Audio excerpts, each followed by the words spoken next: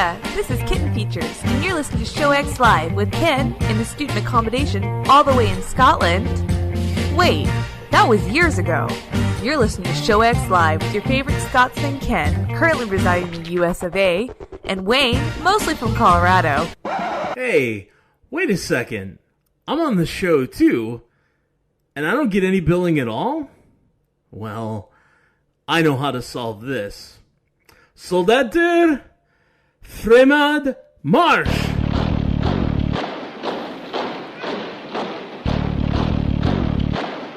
You're listening to Show X with our favorite Scotsman Ken, our child of the corn Wayne, currently living in Colorado, and Todd, who now has an army of angry Norwegians at his back. In show...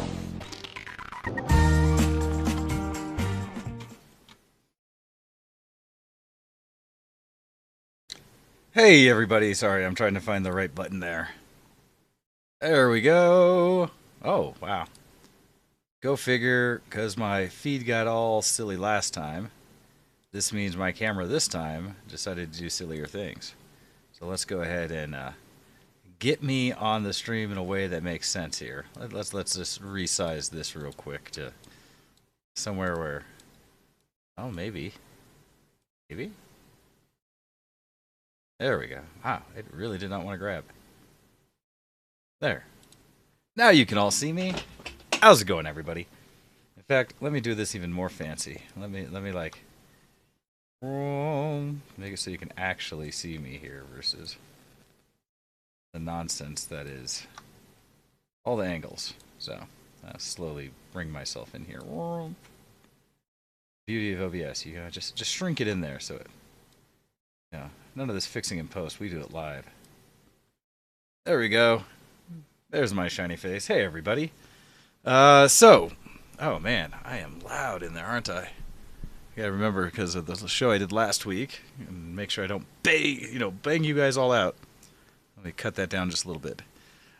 So I wanted to comment in there that I will be. So there is actually. I could have done the split screen. I was just too lazy to get to it first because it was so out of place. I just fixed it real quick. Normally, if the scene had come up like I expected it to, it'd have been fine. But there is a button you can actually hit which splits the view into what's live on your edit screen so that I could do edits right away. And then I would just have to click it off and it would come to a live screen. So you can do that in Streamlabs. It is what I'm using. Like I said, I just wanted to do it real quick so I could get my face on the screen. Coming to you today, what is it? 2 p.m. Eastern, 7 p.m. GMT on this Sunday. And it is the 8th of August. So we'll see how long I go here. I'm giving free disclosure up front that I am suffering a bit because Denver is on fire. And it normally would just be kind of an excuse. It's not actually Denver. It is the mountain somewhere and way out west a bunch. But the smoke from it has been pummeling our town for weeks now.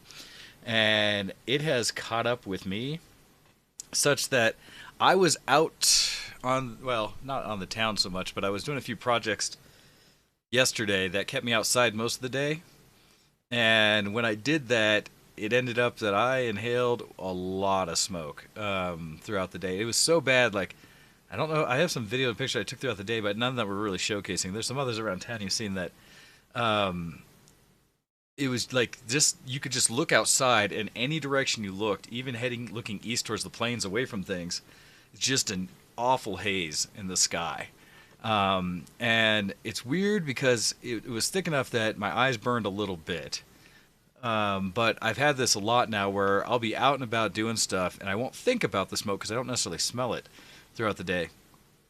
But go figure, that next morning waking up or coming out of whatever, my lungs and body are just broke. And in doing so, it makes it feel like I'm sick or like I'm suffering heavily from allergies or such. And in reality, it's just the smoke. So it hits me in a way I'm not expecting. Beyond that, admittedly, the boys are both busy. And minor disclosure in the sense, Todd's dealing with having a new child at home and such, and his time has been all out of kilter with that. Ken has been focusing on a lot of other things.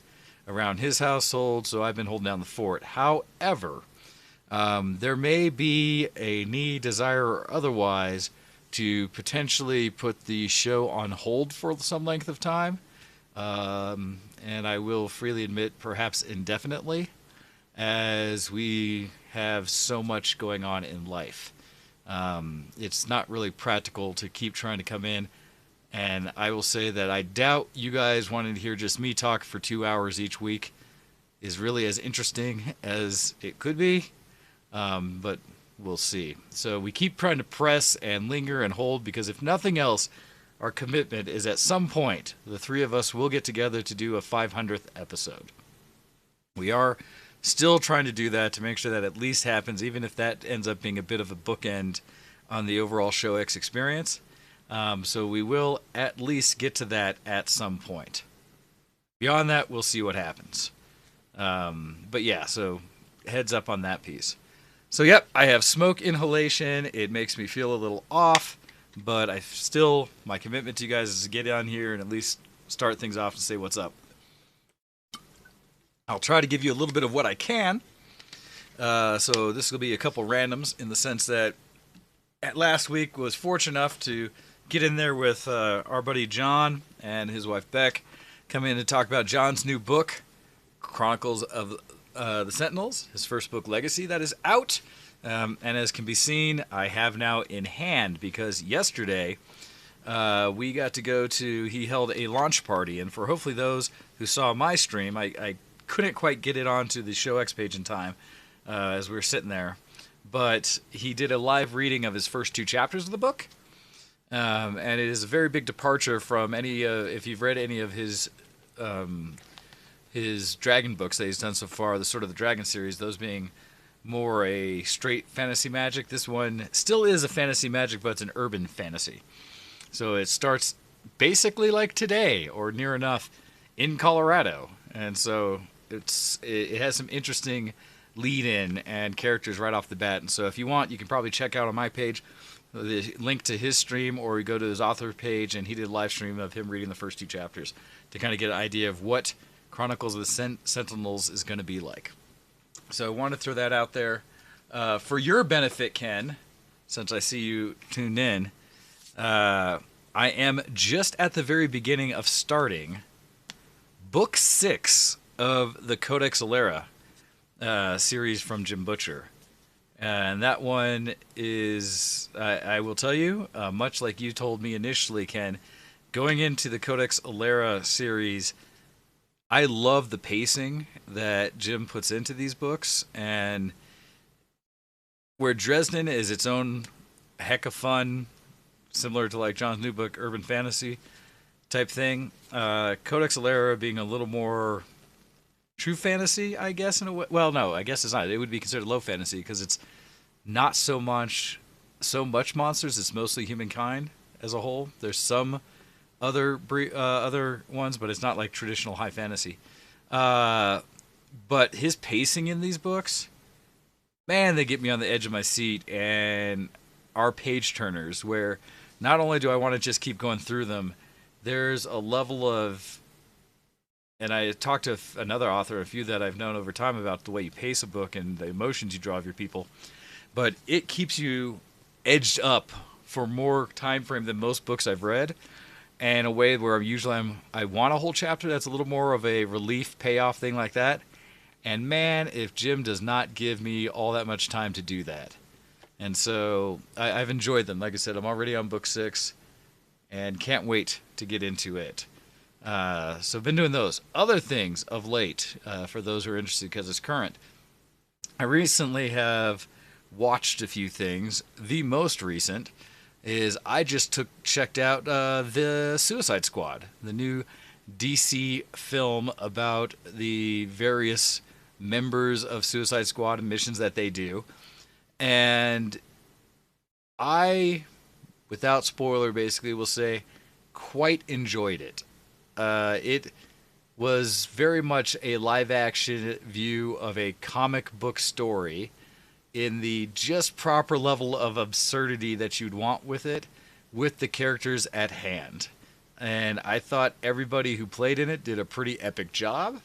I really enjoyed it and highly recommend it for anyone else out there who even partially likes the DC universe, especially if you like any of the characters portrayed in this movie. It took me for some twists I wasn't expecting up front, and I thought was kind of brilliant in how they started things. And then when it got into the meat of it, as over the top as parts of it kind of were, I think it just worked, and it made me happy.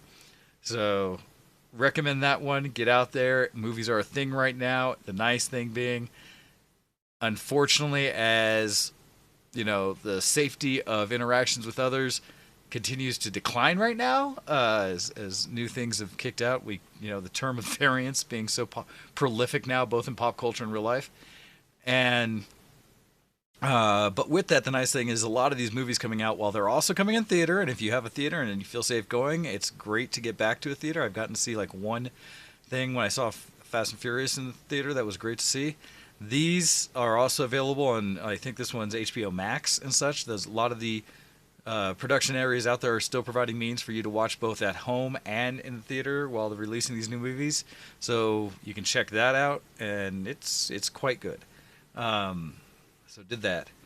Other randomness to get into for the week. I'm seeing if I should check. Actually, I can go into. There's a public page, I think, so you can actually go see it.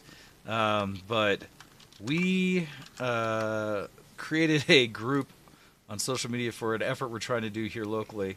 This is part of what got me in the position I am today, physically, is that a group of my friends locally have started a Versus the World racing team. And that already might make you say, what? Versus the World Racing? Well, yes, Versus the World Racing. We have talked about this for quite some time. We are doing a 24 Hours of Lemons race here in Colorado, which basically takes place at the really nice raceway out east, High Plains Raceway. And the goal of it is to basically field a car and a group of people to go for 24 hours running around the track in a car that should be of no real value higher than $500.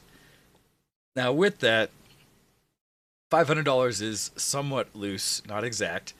Essentially what it is that the final cost of the car after purchasing it and fitting it on anything outside of the required safety equipment and safety means, the amount you spend on all of that can't be more than $500. And so we picked up a car for basically right at $500. Wheeled and dealed, did all the work, receipts to back it all up. We're able to find a running, but otherwise kind of bad shape, of all things, 1989 Porsche 944 Coupe that we got hold of and purchased and is at a friend's house. And we have spent the past couple days after getting it, assessing it and getting it as close to race ready as we can right up front. There are some things outside of our control that we're going to have to get done. Primary one of those is we have to get,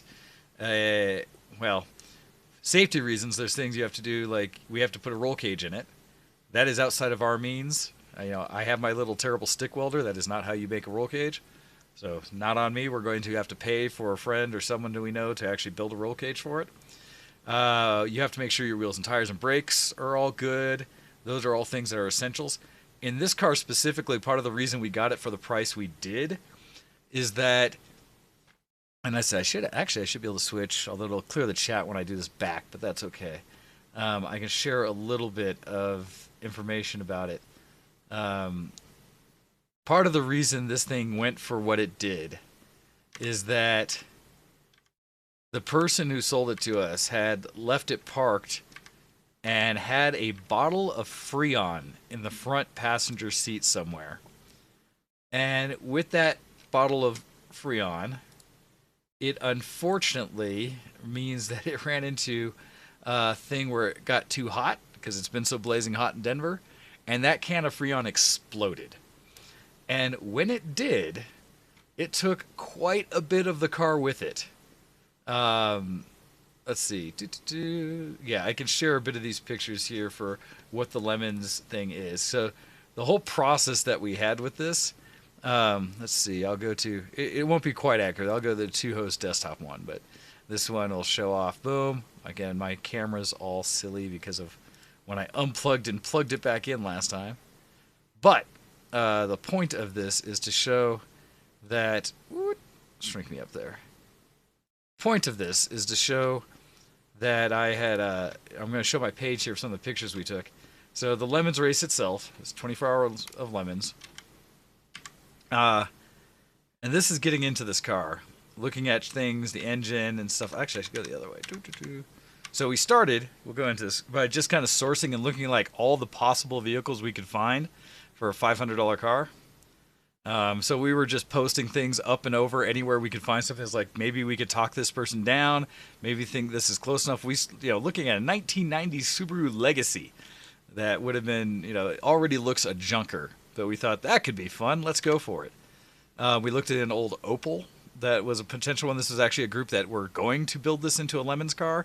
And just they decided to go a different route. So we kept sharing these rides we found.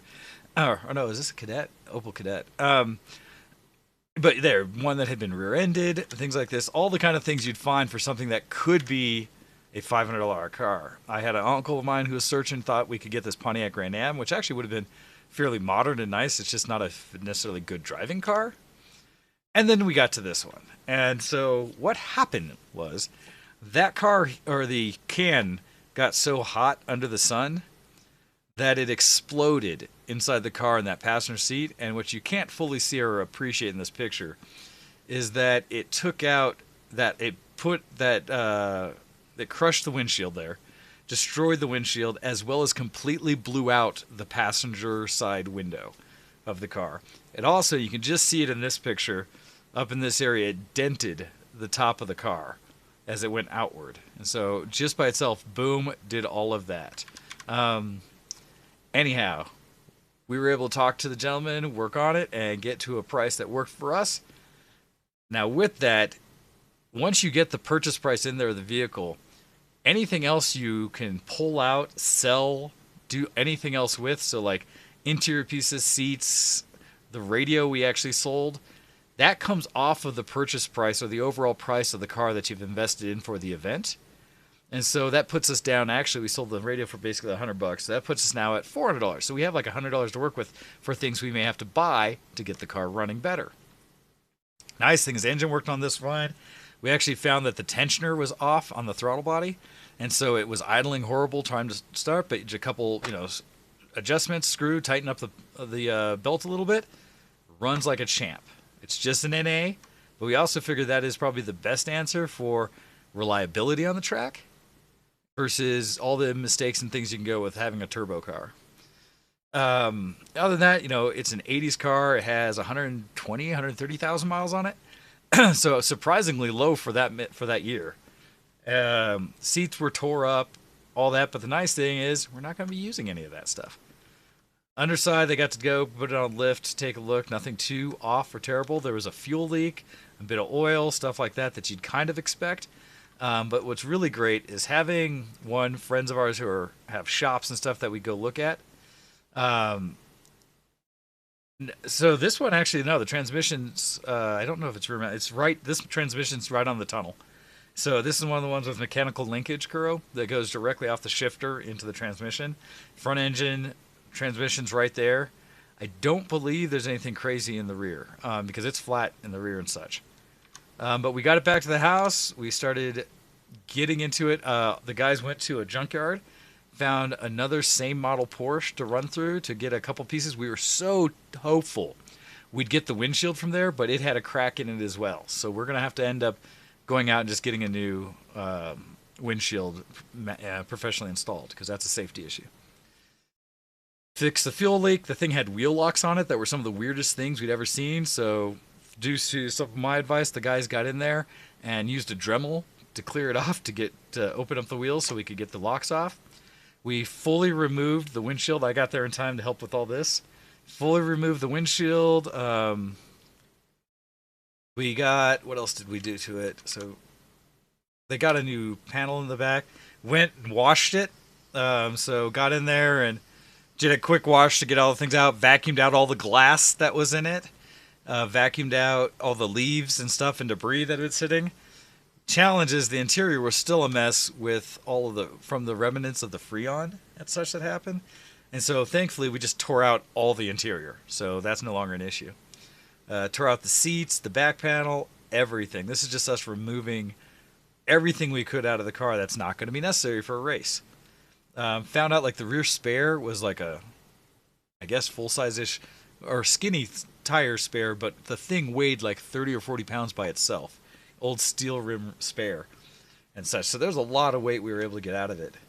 I personally got in there, got the back seats out, took out the rear seat belts, all of that out, kind of our first stages of removing what's not necessary. Here's us cleaning it the rest of the way, and you see just the remnants of the Freon in there just destroying the interior.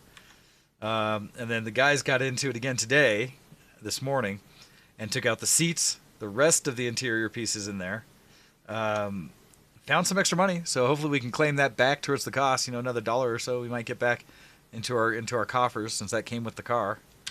I don't know which piece of window. This might have been the rest of the window inside the door, if they got into the door panel, but I'm not sure yet. I was asking what they had done with that. So they finished for the day, and this is the current state of the car. Basically ripped out. There's going to take it back to the vacuum and such at the wash to kind of clean out the rest of the debris that was found in there. Got the dash off, and then our co-mate there, Cody, is going to try to reattach the gauge cluster, because that's all going to work. I'm going to take an opportunity to do some fabrication with 3D printer to actually put up a new mini dash for all of the manual controls, the base stuff in there of like the AC, because we're probably keeping it. So I had a neat system in it. So the AC controls, all the switches and buttons that came into it, stuff like the power top, the power release for the rear hatch, all those kind of things. We're going to get those all mounted so that they can still be used. I'm going to use 3D print, make a template, and make it so we can custom mount all the gauges and controls that we're going to put in. One of the fixes we did that was a quick $3 or less fix was the back hatch. While the remote latch release happened, you pull it, clicks. The problem was the rear hatch wouldn't actually pop because it has these rubber grommets that have enough pressure that as it's closed, it naturally just kind of would release. Well, this is a, 30-year-old car. And so the release wasn't enough. Like one side would pop, but the other side's latch wouldn't release fully. So we found these springs that we JB welded to the frame. And it was just like a random thing. I was like, I bet you this would work. Sure enough, get in there, pop it, and the springs provide just enough hit to knock the back end up. So that was just a funny little thing, trying to keep this ghetto and cheap. And so, yeah, kind of stack of all that has come out of it, as well as the trash can that is just full with old parts and pieces and such from it. And so that is the current state of our race car, and where I spent a good portion of my afternoon yesterday prior to going to the book release for John. So wanted to share that as well with everyone. So that's a fun thing. It's also a call out for people like Kuro that are here to say, we're doing this. We need more drivers. Right now I think there's 3 of us, Cody, Nick, and I, that are specifically doing it. Would love to get a few more people in there. Trying to convince one of my buddies from used to race with me and stuff like that to come on. I think our ideal group would be to have like 8 drivers, because it also then reduces some of the cost for us, because while it's a $500 car, you still have to pay for the things that aren't counted, like an extra set of wheels and tires, like the roll cage, like trying to get, we have to pay for registration fees for each driver, which translates to, I think, we get 4 with the initial price, which is about $1,500 to register for the race. And then after that, it's just under $200 per driver in addition. But that includes some of the swag and entry fee, other stuff that's in there that comes with it that any driver gets. Pit crew's free, I think, or something like that, but everyone has to do a waiver. There's an additional $75 thing for everybody to register with Lemons to have an account. So it translates to each driver minimal, depending on how many people it goes, but minimal, and then split the cost of the car is basically $275 to get in. Plus, then we plan on splitting amongst everyone participating the cost of the car and all of the stuff we did. Now, we're going to try to work some deals. Try to get things like the roll cage a little less if we can. We're trying to get the gentleman that we hope will help do it in to help build the roll cage, maybe sponsor, so it costs a little bit less, because that comes out of our pocket. as is. Same thing with like getting the new windshield, which will be a couple $100, but is necessary, so it's not off the car price, but we have to foot that. So there's a few things like that we still have to do. But we get to spend a weekend at High Plains racing this car around the track. And so I think it's completely worth it for anyone who's done a race event anyways. It usually costs a couple $100 to do a race event. Yes, Kuro, there's also the thing of gas and such like that. So it's one of those, if Kuro, if you want to come race, talk to us, get on the Facebook page. Let's get some drivers in there. It should be a fun time. This is one of those me getting out and doing something, another one of my geekdoms, getting back into the car field a little bit, and a way to do that. And it's finally getting my buddies to all get together and actually pull the trigger. We've talked about lemons forever, and now we are doing it. We are in, but we have to get the car finished ready and we'll be done. So that's happening. All right, other things, man. I didn't want to get into news really without the boys, because all the stuff with like Blizzard Activision, as they consider to or continue to dig a grave for themselves. Although we'll see if it's really a grave. They're at minimum digging a hole. And so that's a piece. What other stuff is going on? Yeah, like I said, I don't want to necessarily get into that one, or it's just my opinion of things. You know, I'm already not a Blizzard fanboy, and so all the things I could say. What other stuff is happening? There continues to be, what do I want to say? The safety of everyone and stuff out there and people interacting, you know. There's still stuff with that going on in the world. That's a thing. There's still things about availability of hardware and PC stuff, all issues and stuff going around. So that's all kind of new stuff. In better news, or more on the gaming front and fun things, some things have come up recently that I can appreciate, which is the new patch for Star Citizen 3.14 just dropped. And while it is not... excuse me. It is not one of the world-breaking ones. They did do a big update for at least one planet, which was something that we'd been looking forward to for some time. And that is that they finally gave Crusader, one of the biggest planets in the system, in the Stratton system, and Star Citizen, they finally gave it a like atmosphere that you could go into, which was quite nice. They have for quite some time had it where it was just a big gas giant that you couldn't go to, and now they've made it so that you can actually fly down. They put a it was really actually kind of cool. So it's Crusaders, the system, or the little system within it, and the planet itself. It's an area where they do production by the Crusader mining, or not mining, ship company. And in that, they produce like some of these massive ships that have recently come out. And what's really cool about that is they were able to, they basically made a gas giant now that you can fly through, which is really flipping cool. Let's see. I'm trying to find, because of course whenever I play these games, I go silly with screenshots, because that's what you do. So I'm trying to find and remember where Star Citizen puts your screenshots in game. Let's see. RSI, Star Citizen, where are you?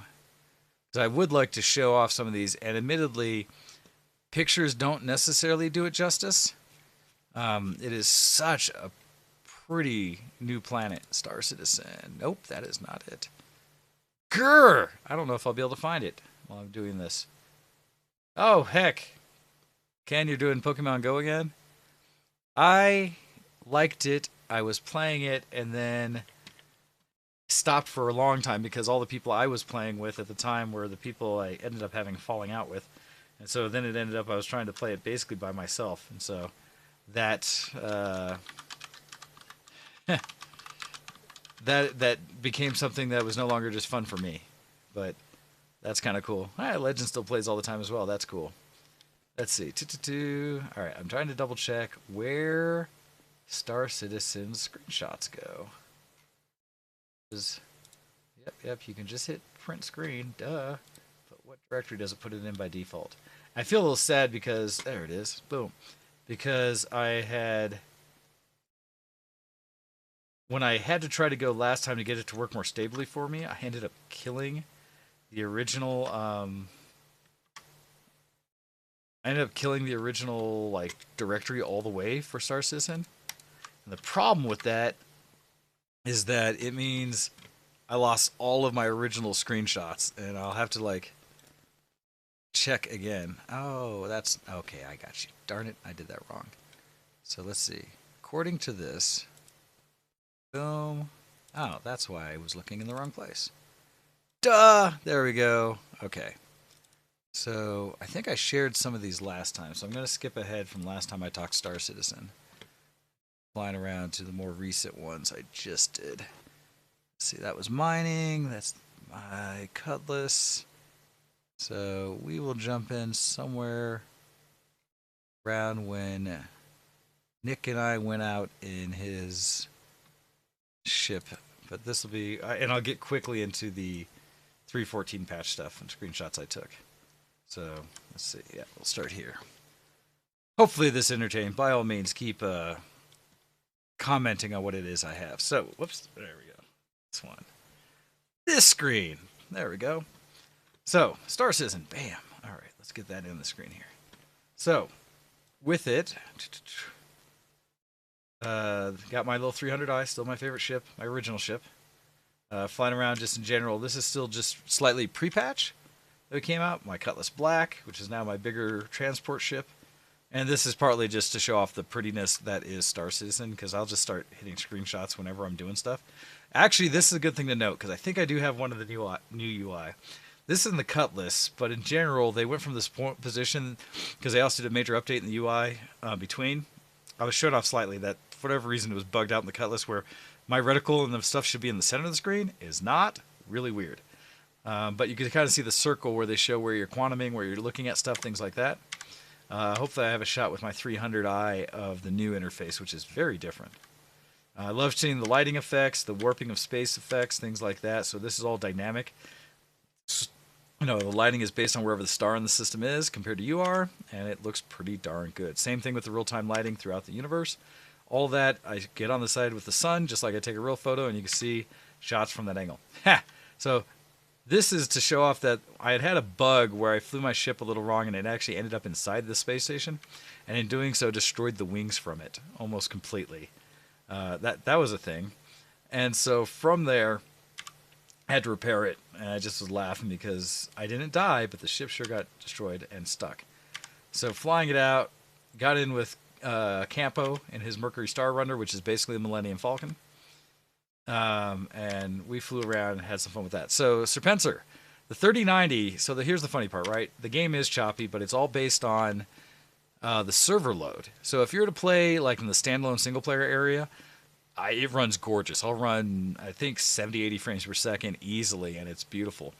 It chops when you're basically in the multiverse with everybody else because you're sharing server resources, and that's really what's chopping it. It's not the rendering. My 3090, when I'm playing Star Citizen, I think barely hits above 30 or 40% render load on the video card. And even the CPU on my machine, and mine being that older CPU, I think I hit maybe 70 or 80% max load during game, if that. And often I think it's sitting around 60%. So it's not personal resource that makes the game chop. It's that it's trying to load source information to you over the net dynamically from the server as it's playing. And it's bouncing back and forth resources, so that's what creates the choppiness. Also, I have the 64 gigs of memory, I have the 24 gigs of RAM on the video card, so it's none of that. Another example of the current UI on it that's just changed with 3.14. This is showing off that in his Star Runner, Nick and I Campo and I were running through just doing a quick delivery mission where you actually had to go down to a derelict ship, which is pretty cool. They take some of the ship models in the game, blow them up, stick them on a planet, and they put some like volatile packages in it of resources they wanted moved. You have to go navigate the wreckage, find these things, put them on your ship, wherever your storage is, and then take them to a place to drop them off within a time limit once you pick them up, or else they'll explode. But this is just flying down to the surface of this planet to the wreckage you see down here. Jumping out, taking off as we did, leaving the wreckage behind. That one actually caused us some hassle because it was hard to navigate. Again, look at that sun effect. The glare bouncing off it from the sun being partially blocked. Yeah, anyhow, I geek out over the lighting graphics. Also, literally seeing the shadows being cast by the sun of the terrain on the planet that we just took off from. I will gush about those things, and if they ever get the game fully solid, Star Citizen will be a force to be reckoned against. All right, so taking off. This is still 3.13 patch. Coming into Atmosphere, again showing off lighting effects. I love how soft this was with the clouds. So I spent so much time taking screenshots, and this is also when I just found how to like fully get rid of the UI information. So it's like clean shots, yay! Starting to see the terrain, seeing the shine of the sun off of it. I love it. You know, these are all static pictures. Imagine this all happening in real time as it's flying through. All the drop-offs for these kind of missions are in these junkyards. So you go down, and I marveled at how the terrain was all this rubbish and everything. Running through, and it's kind of like these derelict open buildings. It would be nice if there were NPCs out at some of these places as well. But that like fan is turning in the wind. Kind of just dusty and stuff out there. Afterwards, we took off. I think we just flew around a little bit more before. We might have done one more wreckage mission because I think one of them bugged on us, oddly enough. So I think we tried to do one more. Yep. Or no, we went back to get it. Took out his... which one is this? I have the Cutlass. This is a version of the Connie. This is the Connie. This one was a much smaller wreckage. It was only of a Prospector or something like that, so it was much easier to navigate. This one we succeeded in, and right after that I took off. This is literally loading into 3.14. So, brand new, first day it's active, and I woke up and I saw, looking at my body, this big pinkness, and I was like, what is this? I'm Kirby. Get out of bed, turn around and look, and it was this weird artifact of what I'm assuming is the thing they use in the engine to kind of say, here is where, a person spawns, and it was visualized in the game. That was truly bizarre to me, and it made me laugh. But what's really cool about 3.14 is this is Crusader and this new planet, or this new city that you can explore, which is basically a floating city. It's Cloud City, if you will. Apparently the atmosphere is such that they describe it as being a perfect place for them to build these larger ships, and it has this huge ship factory because it's low gravity, but it's still breathable atmosphere, so you can just work as normal things and not have to work in space and stuff like that, which is pretty cool about it. Different from some of the others, they also have their transportation, their transports that you come around and get in to get between the three main zones that you're at from where you start off. But there's a ton of outdoor areas, which is gorgeous. And actually renders pretty darn quick. So I spent probably my first time in the game, day of it, just walking around looking at this new town. They have these great, what are basically cherry blossom trees everywhere, and these floating petals and stuff like that. A lot of great aesthetics. Challenge taking off, though, and I hope they adjust this, is that flying out of the city up into an altitude at which point you can basically... that you can quantum drive, go quick, do the little hyperspace kind of movement between spaces. You have to fly for quite some time to get out of this gas giant's atmosphere high enough to be able to quantum, which makes it really tedious and time-consuming. And I'm in a 300i, which is a fairly quick ship. I still want to say it took me almost, I don't want to exaggerate, say it was 10 minutes, but at least 5 minutes solid of flying before I could move. And that was just like, come on. Actually, for you guys, Legend and Ken, if you're high enough friends, the distance requirement for trading goes away, but you have to become like legendary friends in Pokemon Go. So you have to do a lot of, I don't know if it's all through trades. I forget what else allows you to do friend stuff, but I think unfortunately some of that is proximity based to even get up there. So continuing with Star Citizen, again, this planet, one of the nice things with this giant is the effects of the colors of the clouds were just gorgeous. And a completely new experience within what already is a pretty dynamic and different experience within the game. I was just looking around, and the shots there, or some of these things, the way the atmosphere effects are just like, dang, look at that. That is cool. So I was really taking, like, the texture of these clouds underneath, it was daytime at the time, so just the way that reflects the fall, all that is real-time rendered, and you can fly through any of it. It's so dang cool. Yes, I'm gushing about graphics, but it was a new thing that I was just like, this is neat. So this is a shot of the new UI. They completely changed it out where instead of it being the circle in the center, they spread everything out to kind of give the center a more open feel and to put all the information on your screens elsewhere. So things like your actual fuel, this is your quantum drives fuel and your hydrogen for the regular in-atmosphere kind of flight. Your velocity, they change it so you always have an active bar showing your speed, and this part actually becomes dynamic for how fast you go depending on if you're in atmosphere or not. And you're set for what your cruise control, your overall thrust rate's set at. I didn't go through to see how much. I think this is just your various systems between your power shields and engines or something like that, or how it's going through. I'm not sure, but that should be your somewhat about your fix of how you're managing your ship components. Here's ammunition for your various weapon systems. I have 2 lasers and a shredder on this, which is a Gatling gun. They changed how these work, where these shredders are very volatile. They hurt, but this ammo doesn't come back. These are charges, and they are able to come back up, so I can shoot those indefinitely, take down shields. The shredder, which really does damage, though, is limited ammo, so that's a tough thing. Decoys, noise, like so your shaft and stuff like that. All this now, they kind of just changed the way the whole UI is to make it cleaner, which I'm getting used to, but it's pretty cool. Flying in Port Olisar, which is above Crusader. This is what was originally like the first place in the game you would start and do anything. And so I was checking that out again. Surprisingly, and this is for you, Spencer, when I was up in Port Olisar, well, down on Crusader, the planet or the city down there, it starts with an O, but I forget the name of it. I was getting that kind of 30 frames per second I'll often see, sometimes dipping down to 20-ish, mid and high 20s. When I got out of the space here and got to Port Olisar, for whatever they've also done in the engine, and maybe I was just fortunate at the time I was playing, I was seeing 45 to like 50 frames per second consistently on here, and it felt kind of butter smooth. I was a little surprised. I was actually running around like I don't remember the last time the game felt this smooth when I was actually online. So that was really slick, and part of the reason I just came around taking more shots, I was like, that felt good.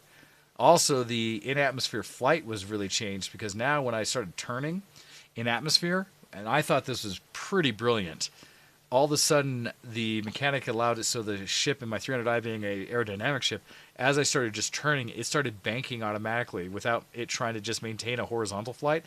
It used to be it would just try to fly horizontal and just turn along the axis of it. Now, because I was trying to turn to the side, it actually banked it a bit with the atmosphere and started rolling appropriately with surface areas. That was really cool. I did my own one of these derelict missions as a wrecked Caterpillar that I went down and took off from. Did a little quantum round again, all showing out the new UI and everything. Otherwise, it's all basically the same. Nice things in a smaller ship, I was able to land real close to the drop-off, which was comforting. I snuck it in there. And I love how the 300i's cargo area is this little sunken thing off the bottom. To me, that's just like joy. It's a sexy ship, and I know it's a silly thing to say, but the aesthetics of it really do make me happy. Went back down to the new plan, or the new area. This is, what is it? August down low. I think it's the name of someone's spaceport that they have it named at. I got to respawn on it at night to kind of look around and see the lighting effects. And again, like the trees, they're all lit. They did so much extra little detail, like this is somewhere you would live. Really made it cool. This is a fountain they had with little like shooting fountains over the side, and they had this like sculpture of everyone's calling basically a space whale that was blowing out fountain off the top, which is just surprisingly cool. The terrace, or this green circle, is where you wake up, kind of the apartments in the area. Has a little green neon that goes up the sides and stuff. Is really cool as well. But I think that's all the shots I took from the new engine. Something else I've been doing some time here, which just playing some Star Citizen. So throw that out. I'm going to check that out. All right. Oh, man. So as I continue to sit here and not suffer and die too much, I may let's see if I can make it at least to the hour. But we'll check that out. All right. As I'm keeping up looking over here at your guys' discussions here about Pokemon Go and being friends and battling and stuff. Because, yes, sending gifts does help increase your friend rating.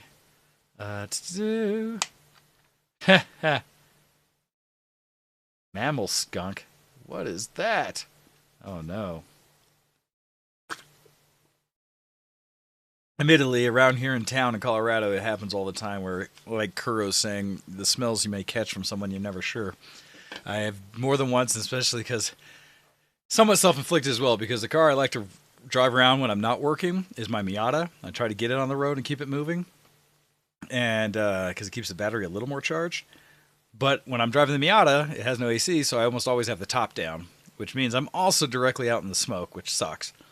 Doesn't help what I'm dealing with now. But the other piece of that is I've often followed vehicles where you start smelling whatever the people in there are doing at the time or have recently done. And so that smell of skunk, if you will, unfortunately being actual weed, I catch way too often on the road, even though we all know it's a controlled substance in the sense of, it's like alcohol. You're not allowed to smoke weed and drive. You're not allowed to drink and drive. Same thing. But as I've discussed many times with many of the people I've seen who smoke weed, they tend to just leave it as like, nah, this is totally different than anything else, and there is no harm possible. Thus, they'll smoke it wherever they can. Many people I've run into. Not everybody, but many. I know some responsible smokers as well.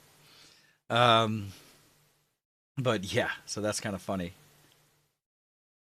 Yep. What else is going on? I think those are the main things I have out. I'm trying to hydrate today to make up for feeling the smoke. And like the sad part is I would love to go keep working on the car and helping those guys, but I think I need to recover, stay inside, or I just changed out my air filter last night, and try to just let myself not suffer as much from the smoke. I think that's, the only thing I need to go out and get like groceries and stuff for the week. So I think that's kind of where I'm stuck. I believe not this weekend, but next, and this is hopefully where you'll be able to find me soon, is the open beta for, wow, I did not spell that right. The open beta for Back 4 Blood should be coming out next week, I think. Because they're in the pre-open beta right now, which is if you've already pre-ordered it, they have access for it right now. And then they have the regular one. Yep, open beta starts August 12th through the 16th. For those who don't know, Back 4 Blood is essentially the spiritual successor to the Left 4 Dead series, which are great cooperative zombie killers. And spiritual successor, it's like almost the same damn thing.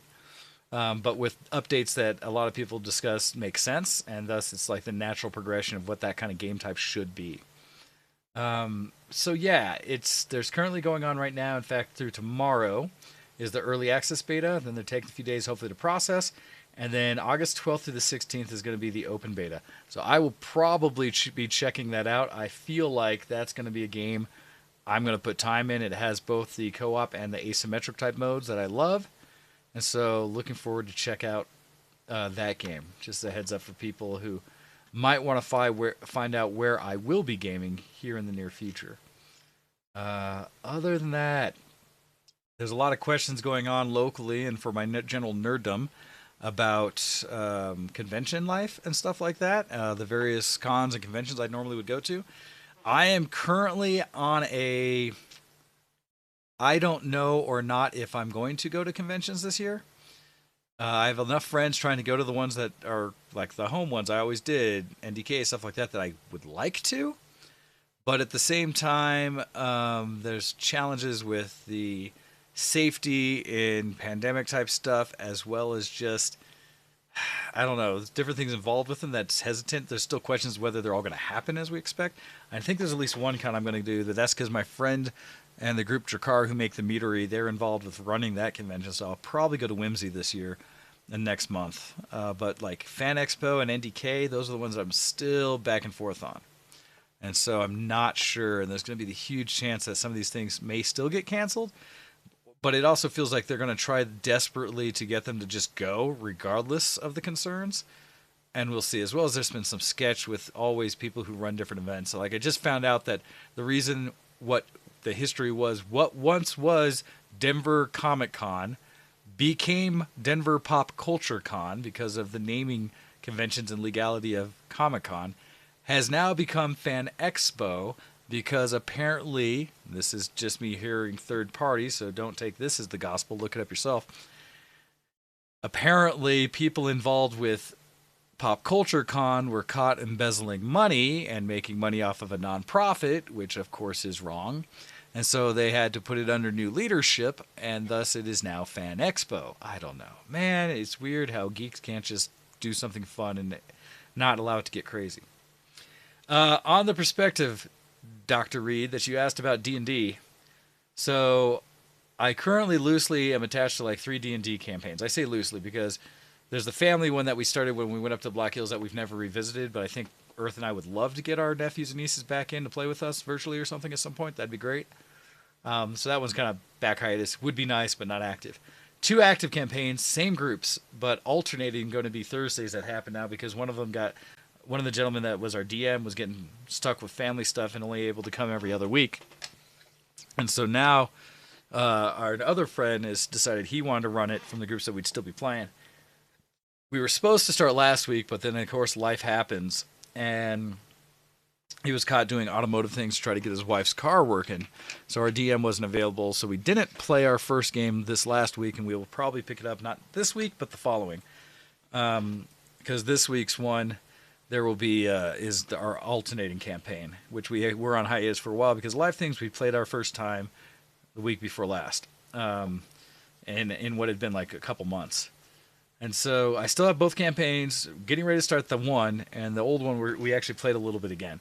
That one, I'm playing a ranger in that one, a halfling ranger. This next one, I'm going to be playing an elf bard, and not the consummate bard everybody says is what you have to play. My goal is not to romance any monsters, but it'll be an opportunity to play with some other stuff. The neat thing also is they're all virtual, but the first campaign we're playing via Roll20, which has some great resources for it. The second campaign, we're actually going to be using a system, I think, called Foundry, which is going to be allowing us to basically run, instead of logging onto a website to run it, it's all system you install yourself on a server, and everybody logs into your computer remotely to do essentially the same functionality, but we were able to find some things that I kind of got to preview in the Foundry setup that look really slick, that kind of take what Roll20 has and even D&D Beyond and some of the stuff and puts it all together. And you buy packages, but once you buy them, you got it. It's not a subscription. And it allows you to do some really slick things with map control, lighting, and stuff like that. So looking forward to checking it out. It's just seeing how it plays. So I am still actively getting into D&D more, although I feel still very noobish in all of it. I barely have played, and I'm still trying to get my legs under me for role-playing. Like, I'm actually trying to come up with a voice for the new character in some form. Something I can do regularly that's not stressing myself because I'm not a voice actor, but something that helps the group know when I am in character. Because with my first character, Callus, right now, the Ranger, he's a plotting, like, kind of, I forget the word specifically for it, but ponderous or something. Like, the way he talks is a little slow and takes a moment. And so with him, and he's kind of a soft-spoken, so when I do talk with him, I'm just kind of like, hey everyone, I just think maybe we shouldn't go barging into this room. And if they don't listen to me, they don't listen to me, because admittedly the character they might not pay attention to if he's too quiet. This new character, like I said, I'm not sure what I want to do yet. Ha! Earth, use technology, do a voice changer.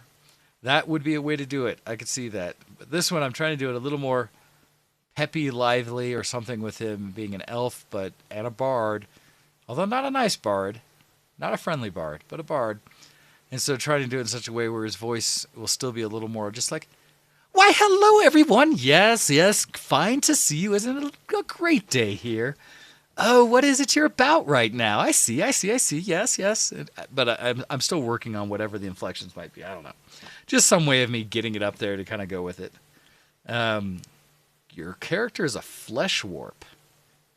That is I am not sure what that is. I do agree that an alien-sounding voice changer might be appropriate.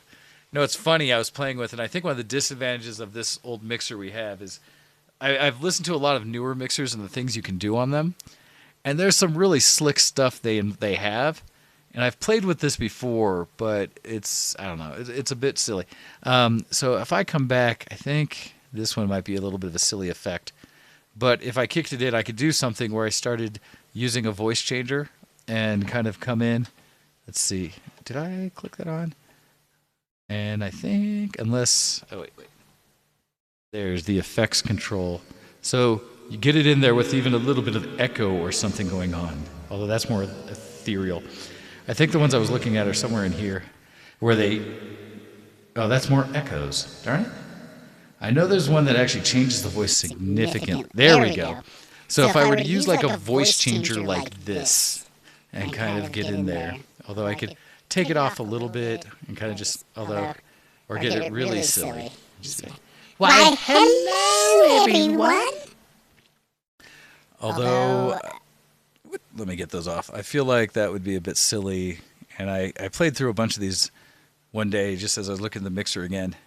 And I think they're all a little too synthetic. None of them, like, I was like, nah, this can't work. I was trying to find the kind of effects you get when people start doing singing and stuff like that, that get like a nice light echo into your voice. I was actually trying to make this mic sound real clean. So hopefully it does. I adjusted a few things on it. I was playing with it in the last week. And I was trying to find the ones that would give it just enough echo to kind of give it so that I could even hint or think that I could ever sing or something. So there's this, like, I can give it just a little bit of echo. Like, so that's a little bit much, but just that little bit. So if I were to sing or something and just be like, no, I'm not auto-tuning. But like this, where it'd be like, hey. I don't know what I was going to sing, but, you know, actually I usually do the, like, do do do do do do do do do do do. But just kind of playing with it because I feel like I hear in a lot of professional videos where there's just a little bit of effect they do that gives them a kind of like you have the harmony singer with you or something. But I think this board is just like, yeah, it was there, but this is old. This thing was purchased right at the beginning of Octail and Hordak. And so the effects in it are not amazing. And I'd probably have to use software to do something else with it. Anyhow, but yes, Earth, I could probably do something to manually change my voice to do a D&D thing. That could be an easy thing to do. Now, if I did it in I could probably do it in Voice Meter. If I found a similar thing in Voice Meter, because they have also effects in here, reverb and other stuff you can do.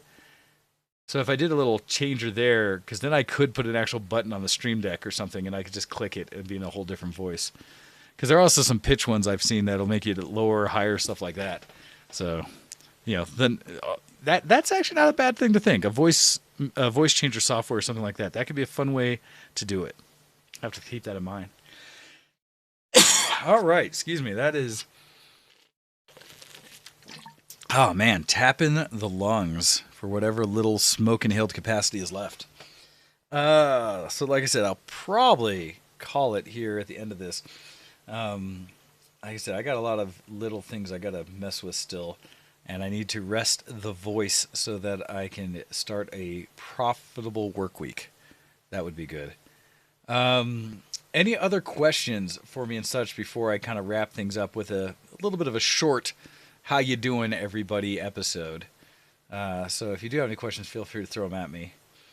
And yeah, I guess if you do have any good voice change software or something like that, please let me know. Link it, email us in at vtwshowx@gmail.com. I'd love to kind of hear it because that'd be a fun thing to think about playing in with the various kinds of voice stuff I would do with the role-playing games. Because I do want to learn to role-play. You know, I feel like there's a missed aspect of my life where I never was a, thespian. I didn't act. I never got on stage, really. And I always had these little moments where if I ever had the opportunity, it seemed like I started wanting to ham it up. And I know so many people that went through drama class and did those things. And I keep wondering what I would have been like if I had gotten a chance to get on stage. So that'd been interesting. Oh, nice, Kuro. That's cool. Setting up a maker craft room. That is actually really cool. I'm curious what equipment you're going to have and how much space. I still have these dreams of potentially having a full maker space for people to run into. And the little bits of things I had played around with, I never quite got to work. The opportunities kind of lost what I was trying to do. So that's really cool. Excited to hear that. Other than that, I think that's a big thing. There, if you want to catch some of the other stuff out there, go check. The normal tech news you get. I get a lot of mine from Linus and stuff like that. Like he had a hands-on video recently of the Steam Deck, and I will admit I've put one on pre-order, and I'm curious about it. I'll be keep an eye on it. Thankfully, the pre-order is only $5, and I don't think my unit would come for a year. So I've got some time to decide on that. I guess the other question I say with Earth, okay, you said you're all done backing up your system. I'm waiting to hear when you're going to actually build this new computer you have all these parts laying there for that I'm going to be super jealous of. since I am still holding out, waiting for the next gen technology to hit before I get a new CPU, motherboard, and RAM and such. So definitely checking that out. And actually, so the thing we were talking about, Ken, about Show X part and the stream, one of my considerations have been I've had ideas for several other types of content to provide, not necessarily shows, but content. And there's some ideas I have about wanting to do, heaven forbid, some pre-recorded, edited type of content. Because, gosh, that's more work, we all know. It's easy to do live because you screw up, too bad. It's live. To do some things that might actually have growth potential and get out there that people could learn something from or be entertained by and seek out in the future. Edited stuff is where it's at. And so I understand that. But I've had some ideas that could not be done live that I'm tempted. And heaven forbid challenge myself to do a little production value.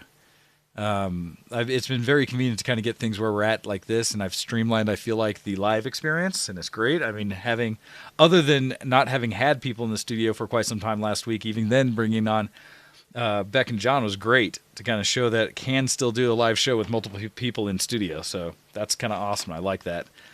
So we'll see, but that's where there may be some time, and I can't say that any content I do initially would be weekly or anything like that. It would be subject-based, and so it might be more monthly. I still really enjoy interviewing people, and I think it might be interesting to do interviews a little more preset and having questions actually lined up versus me coming off the top of my head like I usually do. So I could still see doing some of those, but we'll see. Like I said, I've got ideas. Not sure what it is. I love that there's a platform here for me to potentially share experience and stuff with all of you out there and with others. And so I'm trying to think of what would be the best kind of content that could come through my creativity in the time I have. So like I said, I have some ideas. It might require a bit of a break. But the other advantage of doing something that's not live is that I can put it together over multiple days, weeks, whatever, get things done, and then I can post it any time for people to consume. Versus having to be here every Sunday at this time, which I do enjoy, and I love all of you that have joined us continuously for it. It's great to kind of have a set-aside moment that's kind of scheduled to get together with people. But at the same time, it limits my regular life a lot. I have so many events that I have just not participated in because they take place on a Sunday in the middle of the day. And so there's a lot of opportunities hanging out with folks in person, which I'm trying to prioritize a bit now, that I just haven't been able to do because I've felt the need to make sure I come out here and get on air for anyone who's going to tune in. And I mean, I've had that kind of going with me, and I think Ken and I both have seen that for years now of a responsibility to the show. So that's why there's some ideas floating about other ways to produce content that might be more meaningful. So we'll see. Still trying to figure it out. Not sure what'll happen. Ideas welcome. As well as if anybody else wants to participate in some things. Because I have at least one idea that might be brilliant for Todd and I to do together. That would be a complete departure from anything we're doing today. And it's an idea I've been buzzing about for longer than I should have without actioning. So if I can actually get that one to go, that would be funny. The idea goal with that is actually to provide actual entertainment. And so that would be an interesting one. But we'll see. All right, guys. I think I have, flapped the jaw as much as I can today. I have been holding back the desire for my body to hack and wheeze. And so I'm going to call it. But I appreciate everyone who jumped on for the little time I was on today. And feel free to hit me up in Discord or wherever you might see me online. I'm available. I'm still around. I'm just kind of taking it easy right now, at least for this week. So, cool. You guys have a good one, and I'm going to get out of here.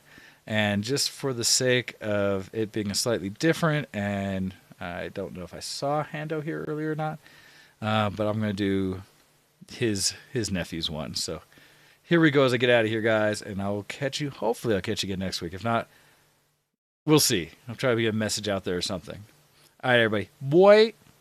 You've been listening to ShowX and BTWProductions.com. See you next zombie!